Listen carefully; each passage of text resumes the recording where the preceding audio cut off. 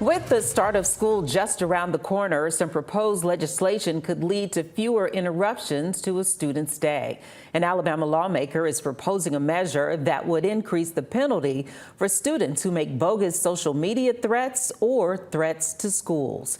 Great Media political correspondent Jessica Umbro spoke with that lawmaker. And Jessica, what's the reason behind this bill?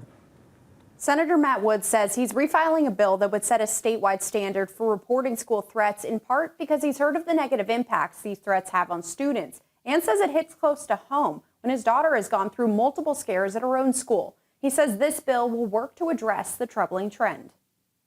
I felt like we had to do something to slow down that behavior as much as possible and let our kids get back to just going to school and our school employees be more comfortable going to school, not having to live in fear. Republican Senator Matt Woods says House Bill 7 is about accountability. The bill requires school principals to notify law enforcement if any person makes a threat to commit a crime of violence that disrupts a school, church, or government activity. If a student is charged, they'd face a minimum 1-year suspension, need to complete a psychiatric or psychological evaluation, and any other requirements by the local school board. I want to make sure before that student goes back into the classroom with my child, and I feel like other parents and teachers feel this way as well, let's make sure that they're not actually intending on committing this act. Dr. Allison King with the Alabama Education Association says right now, local boards of education have policies on dealing with threats. House Bill 7 would set a state guideline. Dr. King says it's hard to know if the person making the threats is planning on following through. Some of them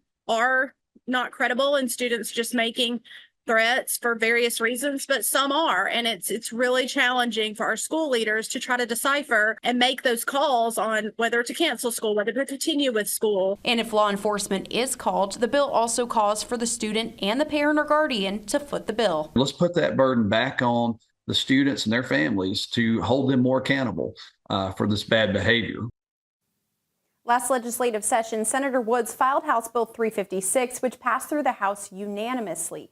He says they ran out of time to pass it in the Senate. All right, thanks a lot, Jessica. And Senator Woods filed the bill as a House member. He was just elected to the Senate during a special election in June.